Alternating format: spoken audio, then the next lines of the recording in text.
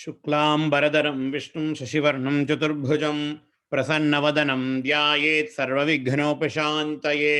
गुरुर्ब्रह्मा गुरुर्विष्णुः गुरुर्देवो महेश्वरः गुरुर्साक्षात् परं ब्रह्म तस्मै श्रीगुरवे नमः। गुरवे सर्वलोकानां विषजे भवरोगिणां हितये सर्वविद्यानां श्रीदक्षिणामूर्तये नमः। श्रुतिस्मृतिपुराणानाम् आलयं करुणालयं नमामि भगवत्पादशङ्करं लोकशङ्करम् अपारकरुणासिन्धुं ज्ञानदं शान्तरूपिणं श्रीचन्द्रशेखरेन्द्रगुरुं प्रणवामि मुदान्वहं। सद्गुरुचरणारविन्दाभ्यां नमः। श्रीगुरुभ्यो नमः। हरिः ओम. The Acharya here is explaining Atma Tattvam. Atma means I. It is a personal pronoun. Whenever we say Atma, please do not imagine it as something other than you. Just like we have a body, this body is not me. So, when we say body, we have an external locus of the body. Our identity is external to the body. In the same way, whenever we say Atma, do not imagine Atma as a part of your body, but Atma is my own Swarupam. We need to have that in our mind. That has to be the Tambura Shruti for this life Kacheri to be very good. In Kacheris, it is very, very important to have a Shruti. If Shruti is not there, then the Kacheri, then the music concert will not go very good. In the same way, the Shastra Shruti that we need to have is Aham Atma, Aham na body. I am not this body, but I am something superior to the body. I am Atma. That is what we need to have. And to sum up the Acharya's details, Acharya says, I am not a part, product, or the property of my body. I am an independent entity that pervades and enlivens my body. And more importantly, I am not limited by the boundaries of my body. There are a lot of people who think Atma exists within the body. That is so not correct. In fact, our body exists in Atma. Some people think body lends consciousness. Body, Atma is there because body is there. If body disappears, Atma also disappears, say some people. In fact, it is the otherwise. My Atma exists, hence my body exists. My body exists because of the Atma and not the otherwise. I am not limited by the boundaries of my body, and I continue to exist even after the destruction of my body. And that remaining I, that is, that I which is existing after the destruction of my body, I am not available for the transaction with the universe, not because I am absent, but because of the absence of a medium, of a transacting medium. We need to have these 5 points always in our mind. When we are happy, when we are not so happy, this has to be our Tambura Shruti for the concert, for the kacheri of our lifetime. And Acharya explains that in several ways, and he is putting this one very, very important verse with all the words lend, with all the words borrowed from Upanishads, Brahma Sutra, and Bhagavad Gita. So, this is kind of a very, very important verse. If somebody says, can you sum up what is Vedanta? Can you sum up what Acharya says about Atma? Or can you sum up what Upanishads and Smriti says about Atma? Then we have this to say. What does it say? Yeshontaratma Purushah Puranaha Nirantara Khanda Sukhanubhutihi Sadaika Rupah Pratibodha Matraha Yene Shitavagasavascharanti Yeshaha Antaratma. Whenever we say Atma, please do not imagine Atma to be present only in Kailasa or Vaikuntha. Yeshaha, this Atma. Whenever we say this, it means it is immediately available. When we say that, it means it is not available. But this is Yeshaha. This Atma, Antaratma, the real me, is Purushaha. It looks as though is present within my body. That is the meaning of the word Purushaha. Puri means body. Puri Shete. The one who is present within my body is called as Purushaha. And why do we say Atma is present within our body? Just before I said Atma is not limited by the boundaries of the body. But here the Shastra says Atma is Purushaha. Atma is present within the body. It is because even though Atma is present everywhere, we can obtain the Atma. The Atma, because it shines in the Sukshma Sharira, it looks as though it is present within the body. This is like a Wi-Fi signal. Wi-Fi signal is present all over the room. It is filled, Wi-Fi signal, my whole room is filled with Wi-Fi signal, but I can transact with that Wi-Fi signal. I understand that Wi-Fi signal is present only when I use my cell phone, only when I use my computer. So we can say that Wi-Fi signal is present within the computer. That is true. That is not false. But Wi-Fi signal is not present only in the computer, but we tap the Wi-Fi signal in my computer. In the same way, Atman is present everywhere, but it is not available for my transaction, but Atma can be tapped within the body. That is why here it says Purushaha and then Puranaha. Atma is never bound by space or time. Shabda, Deshakala Parichinna says Lalita Sahasranama. Desha, Kala, Aparichinna. Desha means space. Kala means time. Aparichinna, Parichinna is limited. Aparichinna is unlimited. It's not bound by space or time. For all the things that we transact with, in our day-to-day life, all those things exist within space and time. But imagine space and time exists in Atma. Space and time is not limited by Atma. I mean, Atma is not limited by space time, but space time exists. Space time derives its existence because of Atma. Because Upanishad says, Akashadvayu Vayoragni Atmana Akasha Sambhutaha. Only from Atma the space came forth. That is why Atma is not limited by space and time. Puranaha.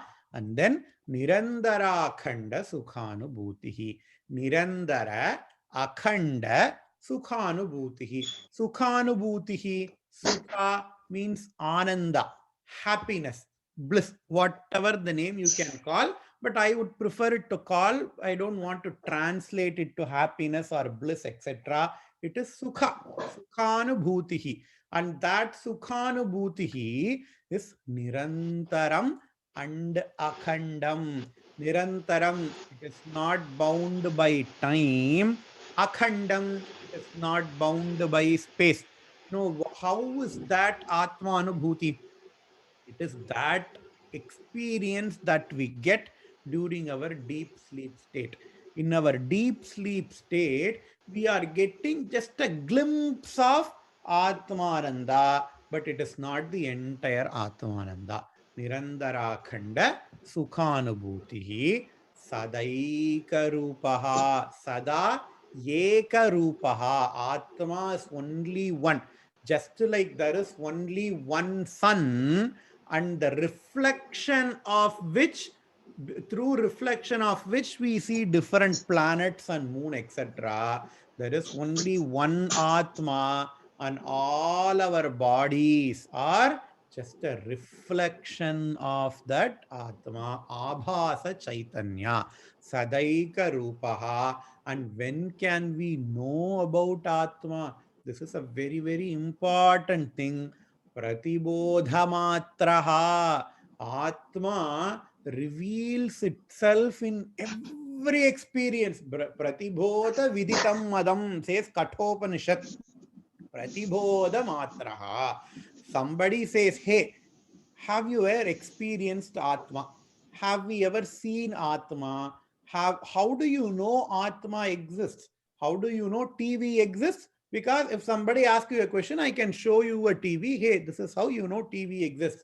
So, if somebody asks the question, how do you know Atma exists? I know Atma exists because of all my experiences. Because whenever I say experiences, then there should be an experiencer, right? If somebody shows you, you go to your Google Photos, we have thousands and thousands of pictures in your Google album, in your Google Photos. And if somebody asks you, how do you know that the camera exists? We don't have to, do a lot of things. We don't have to struggle a lot to prove that the camera existed. All we have to do is show the photos. See, if there is a photo, it means that there should have been a camera. Only if there is a camera, you can have a photo. So, in the same way, Pratibodha Matraha, Atma reveals itself in each and every experiences that we are getting. I am teaching Viveka Chudamani. This is an experience. So I know that there should be a teacher. You are listening to Viveka Chudamani. This is an experience. So you know that there is an experiencer. So Pratibodha Viditam Madam. Please do not believe if somebody says you can know Atma, you can get the experience of Atma only if you do lot of tapas. All those things is not acceptable for Shastra. You know Atma exists just because you have all those experiences. Atma is the experiencer. The moment I say I have an experience, it means that there should be an experiencer, and that Atma is the only experiencer. Pratibodha Viditam Madam. Pratibodha Matraha. And Yeneshita Vagasavascharanti, because of which, Yena Ishita, because of which even inert matter like our body, our body is an inert matter. It is made up of Panchabhutas. Even according to science, it is made up of 100 elements or so. Carbon, hydrogen, nitrogen, separate. Carbon does not have any consciousness. Nitrogen is not living. Hydrogen is not living. If the individual parts are not living, if the individual parts are not conscious, how come the alloy of those individual parts become conscious? Gold is not conscious. Copper is not conscious. I mix gold and copper together and then I make a earring out of it. Gold is not conscious. Copper is not conscious. So how can my earring become conscious? My earring is also unconscious. It does not have any consciousness. My earring is not a living thing. In the same way, my body is just a combination of proton, electron, neutrons, atoms, hydrogen, oxygen, nitrogen, carbon, etc. But what is not there in those individual elements and what is present in my body that makes it consciousness, that makes it conscious, it is the Atma. We obtain Atma in our body. The body has got a capacity to reflect the Atma, to reflect the Chaitanyam, but carbon, nitrogen, hydrogen does not have the capacity to reflect that Chaitanyam. Say, let us take the Wi-Fi example. I have a cell phone, I have a table in front of me. Wi-Fi signal is present everywhere, but I can browse the internet through my cell phone. I cannot browse internet with the table. Even though Wi-Fi is present everywhere, but this table is not meant to reflect the Wi-Fi signal. This table cannot convert that Wi-Fi signal into something with which I can browse the internet. On the other hand, my cell phone can convert the Wi-Fi signal into something with which I can browse the internet. So both my cell phone and my table, they all are inert, but cell phone has got some capacity to process the Wi-Fi signal. The Wi-Fi signal is present everywhere. The same amount of Wi-Fi signal that hits the table, the same amount of Wi-Fi signal that hits the cell phone. So from the Wi-Fi signal's point of view, there is no difference between the table or the cell phone. But my table is internetically inert. It is just a word I made up. Internetically inert, but my cell phone is internetically conscious because it has got something inside which provides itself with an ability to process the Wi-Fi signal. In the same way, because we have a Sukshma Sharira, Wi-Fi has got a hardware and a software. Because the Wi-Fi has got a hardware and because the cell phone has got a hardware and software, it provides its cell phone with an ability to process the Wi-Fi signal. In the same way, we have Sukshma Shariram, we have Karana Shariram, which the table lacks. The table does not have a Sukshma Sharira, or the table does not have a Karana Sharira. The table only has got a Sthula Sharira, the Panchabhautika Sthula Sharira. So the Sthula Sharira does not have the ability to reflect the consciousness, to reflect the Chit, but the Sukshma Sharira has got an ability to reflect the Chit Shakti, and that is why our body is conscious and the table is not conscious.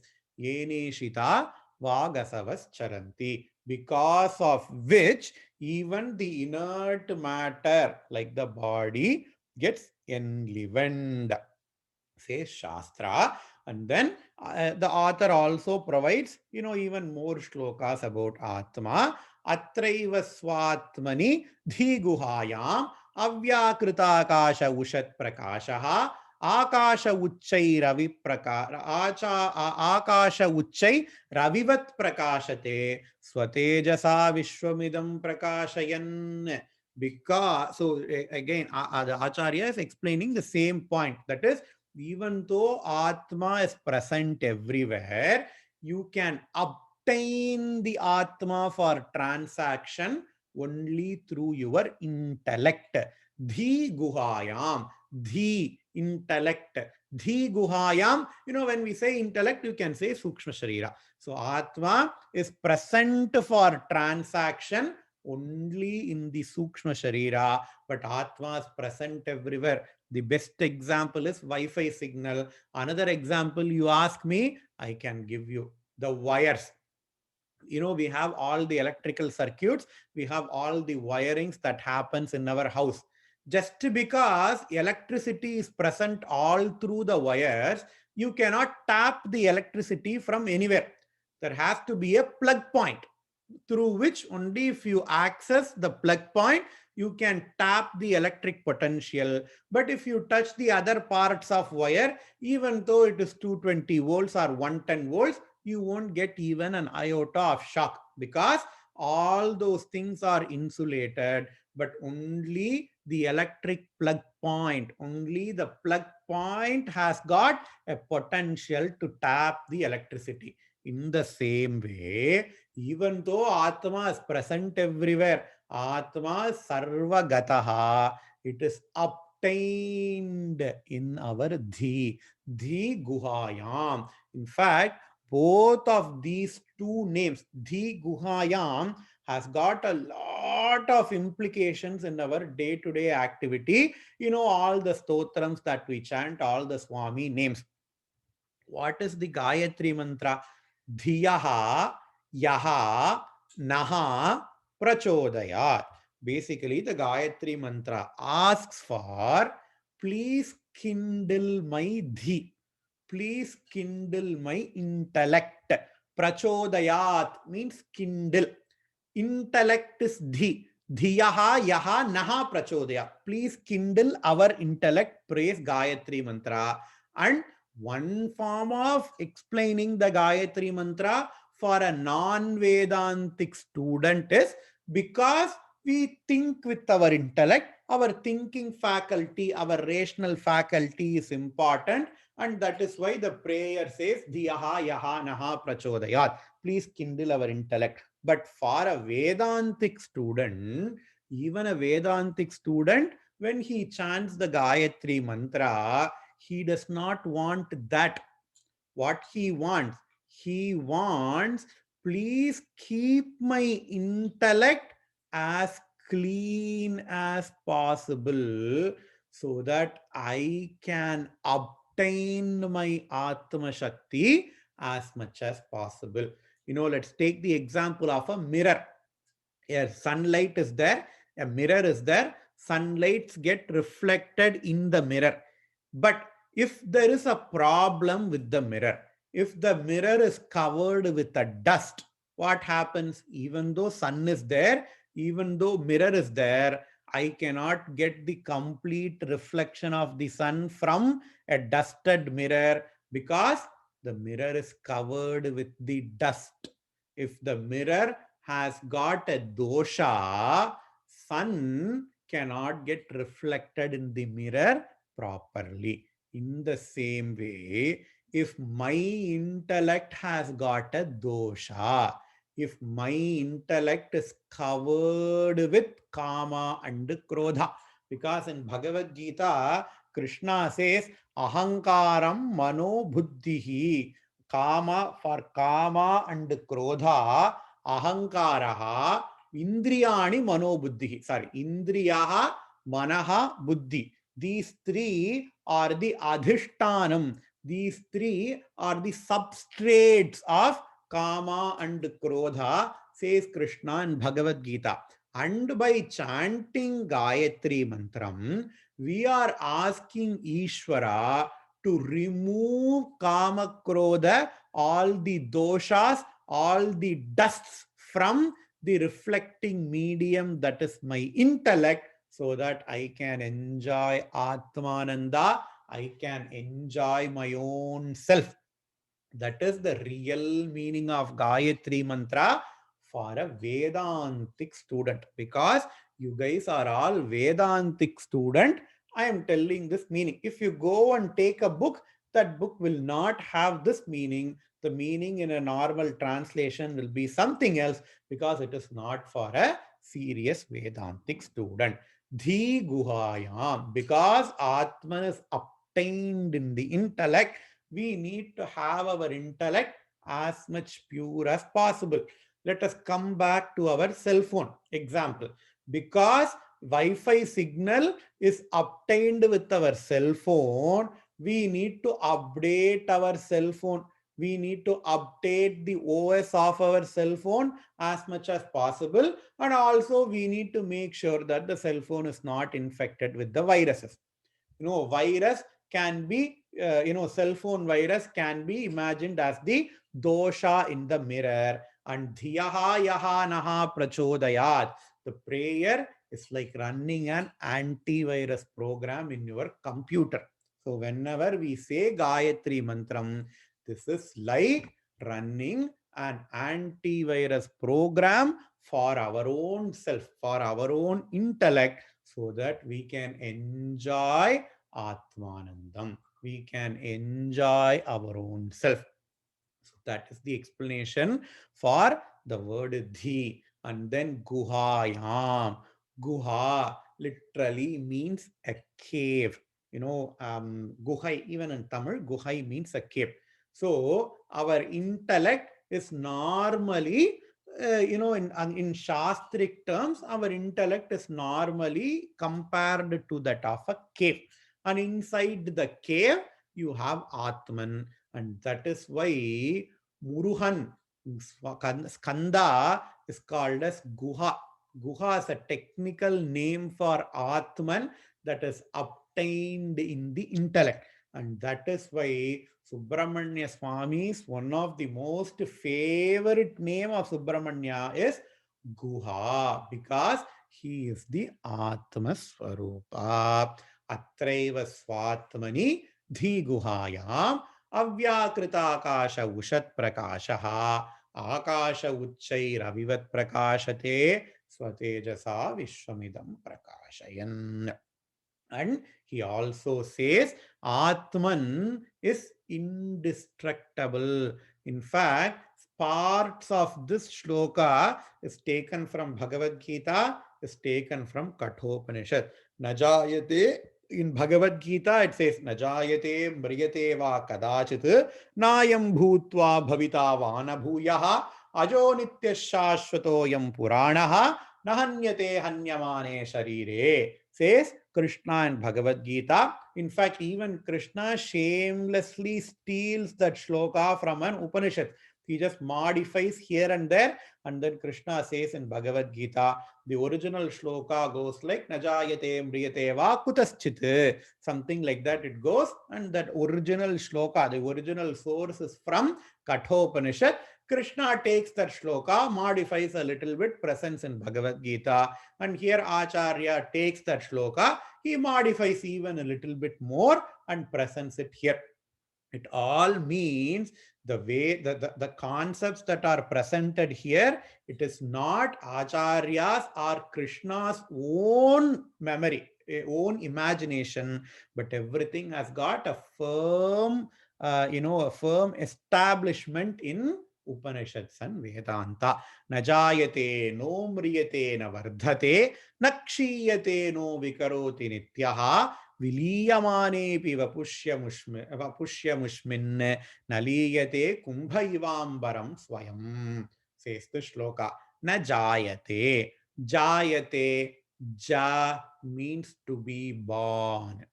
Pankaja, lotus is called as Pankaja because it is born out of Panka. Panka means ser, mud. Because lotus is born from a mud, it is called as Pankaja. So ja means to be born.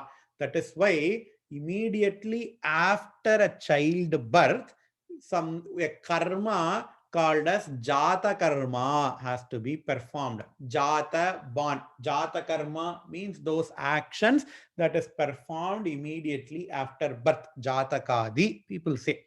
Na jayate, Atma is not born out of something.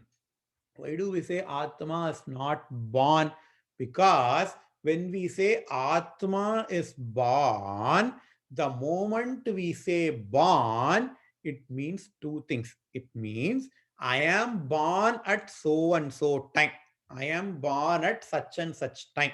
What does that mean? It means I was not there before that time and I am present only after that time. So if I say Atma is born, it means that there existed some time before Atma. Now it is exactly opposite to what Shruti says.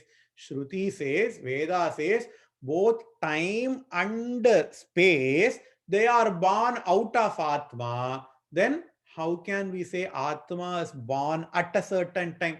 The concept of time itself, it is a product of Atma. The concept of space and time, it is born out of Atma. So Atma is not born at all.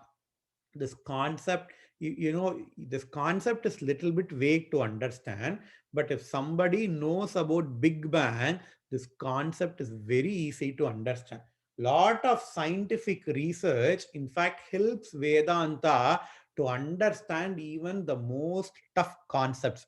If you go and ask a physicist, when did Big Bang happen? This question a no physicist will entertain. This is a very simple question, but a very profound question. When did Big Bang happen? A physicist will say, when you say when did the Big Bang happen, it means you are assuming that time, the concept of time existed before the Big Bang. But according to the Big Bang theory, the concept of space and time, they all came after the Big Bang. Only because of the Big Bang, now we have a concept of space and time.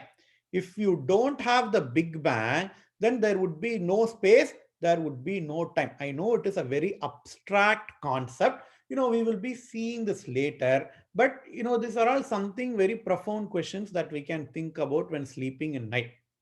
Concept of time and space happened only after the Big Bang. So the question of when did Big Bang happen, the question of where did Big Bang happen, all two questions become irrelevant. Now, Big Bang is something that happens in the physical universe. Big Bang happened in the in the sthula prapancha, but Atman is something beyond the realms of Big Bang.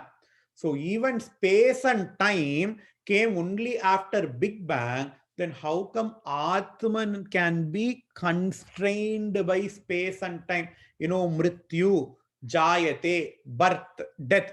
All these are separate events that happens at a particular space and at a particular time.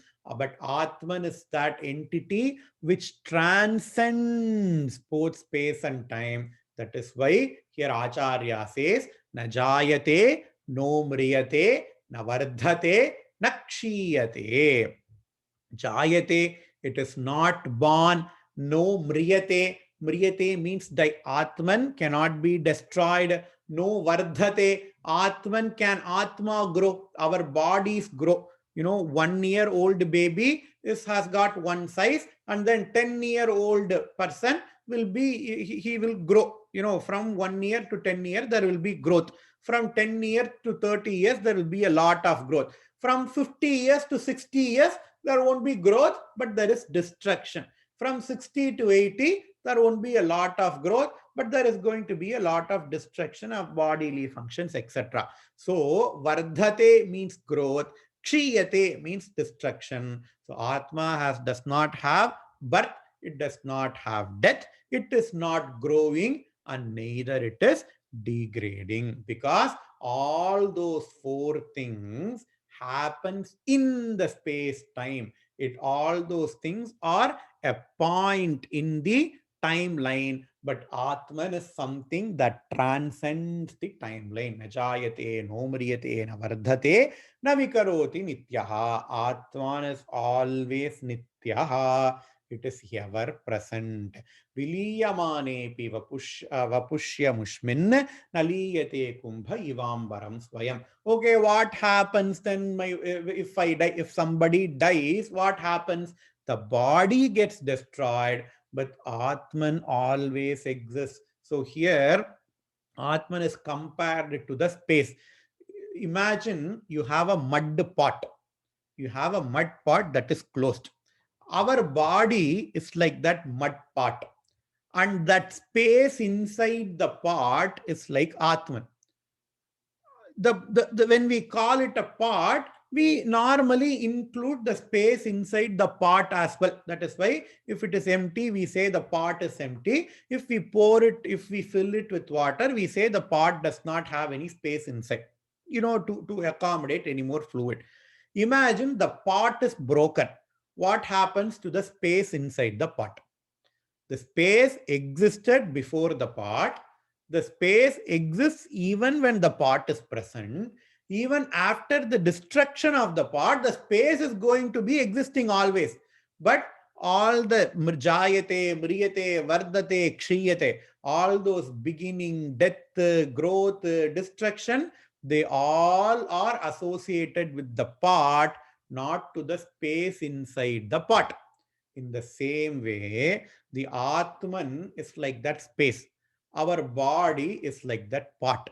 The jayate, mriyate, vardhate, kshiyate, all those vikaras are for the body. But even after the destruction of the body, just like how the space in the space in the pot exists, even after the destruction of the pot, in the same way, Atman exists. Naliyate kumbha ivambaram swayam. Kumbha means pot.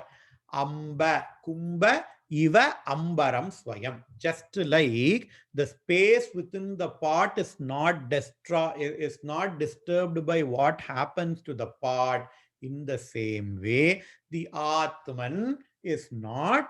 Atman does not have anything to do with all the changes that happens to the body. With this, we will finish the concept of Atman. Again, when I say we finish, Acharya says these shlokas, but the whole Vedanta is about Atma Swarupa. We only have seen how much 134 shlokas, but there are 500 shlokas are there. These concepts are going to come again and again until we own up that Atman. We have to read about the features of Atman. And for that, Acharya has written a lot of shlokas. Now we have an academic understanding of what is Atman and what is Anatman. But our effort now is to bring that into practice. I know Swami Paramarthananda tells a story. Apparently, there existed a person, he had a mental illness. A lot of phobias are present, right? He has a phobia. He thinks that he is a small insect. He is not an insect, he's a human, but he has a mental condition that he imagines himself to be a small insect, and whenever he sees a crow or any bird, for that instance, he fears those birds, that those birds are going to come and eat him, because now for him he thinks he is an insect, and he imagines that whenever there is a crow he sees in the sky, he thinks that that crow is going to come and that crow is going to eat him because he is an insect. And that bothered him a lot. And all those family members, they sent him to a psychiatrist just to show him, just to make him understand that he is not an insect, he is not a worm, but he is a full-fledged human, and no birds can eat him alive. So he went into the psychiatrist, and the psychiatrist did 6 months or 1 year of treatment. He said, "Hey, you are not an insect, you are human." He showed him a mirror and, "See, do you look like insect?" Blah, blah, blah, blah, blah. So he basically taught him that he is not a worm, he is not an insect, but he is a human, and he does not have to fear any birds. And this person has understood that exactly, understood that completely. And after 1 year, he is coming out of that mental rehabilitation center.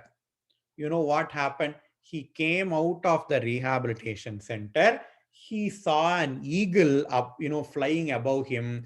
And again, he has got lot of bhayam. Again, he has got anxiety. He went running inside to the doctor, and he said, "Hey, doctor, there is an eagle, that is flying above me. It is going to come and eat me. Please save me," he said to the doctor.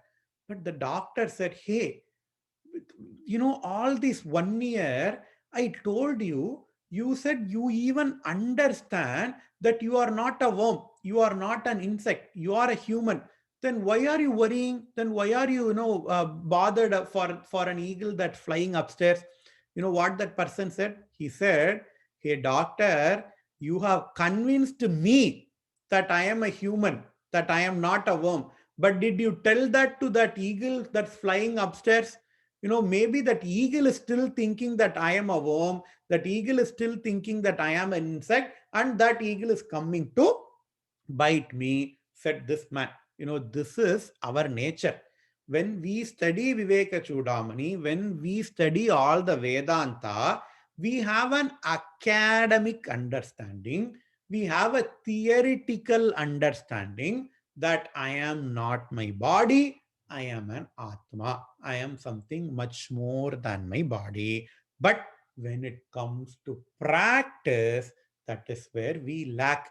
We think that we know that we are not the body and we are Atman, but we still go on expecting others to understand that we are not the body and we are the Atman.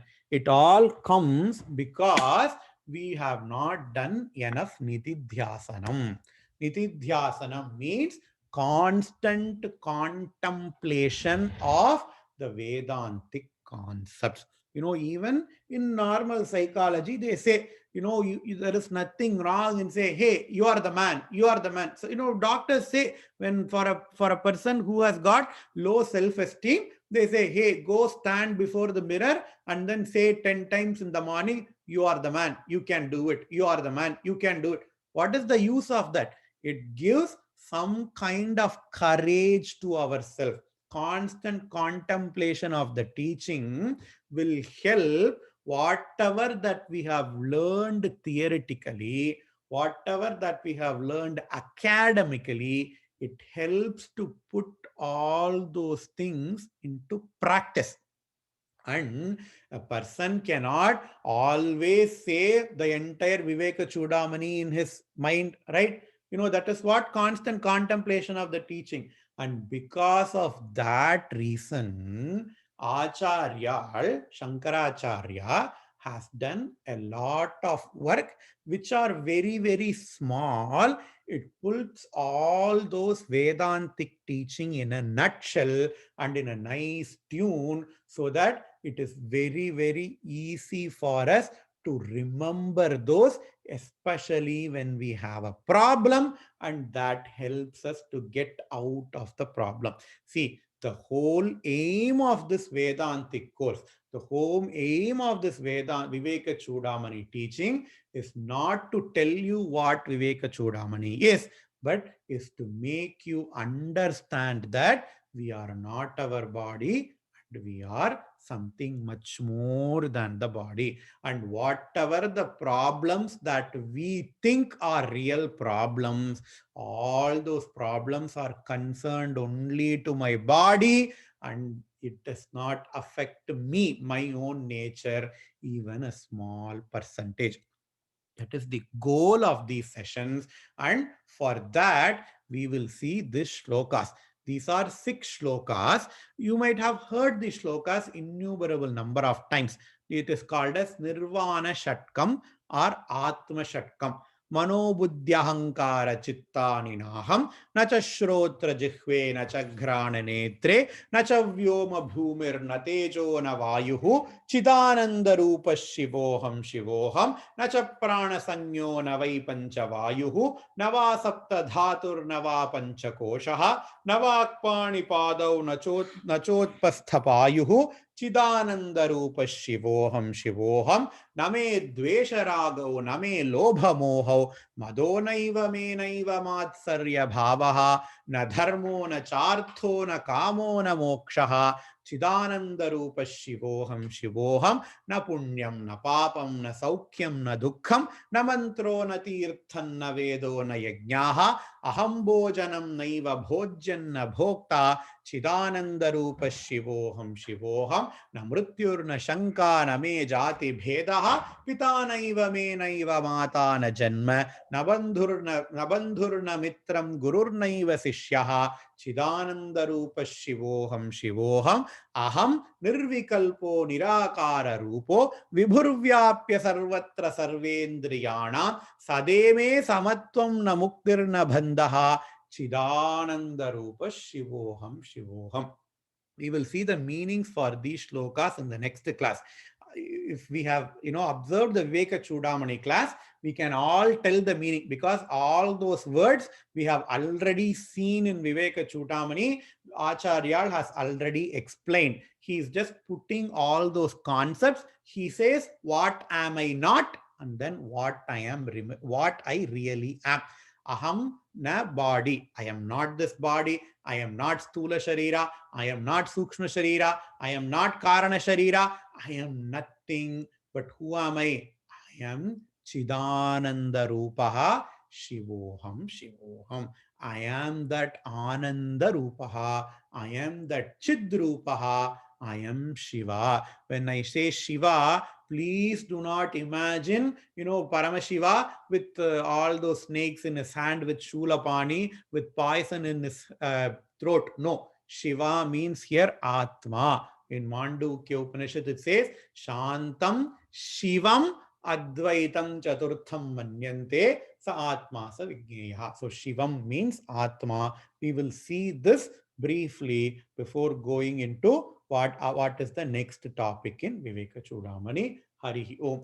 Purnamadah Purnamidam Purnat Purnamudachyate Purnasya Purnamadaya Purnamevavasishyate. Om Shanti Shanti Shanti. Shri Gurubhyo Namaha. Hari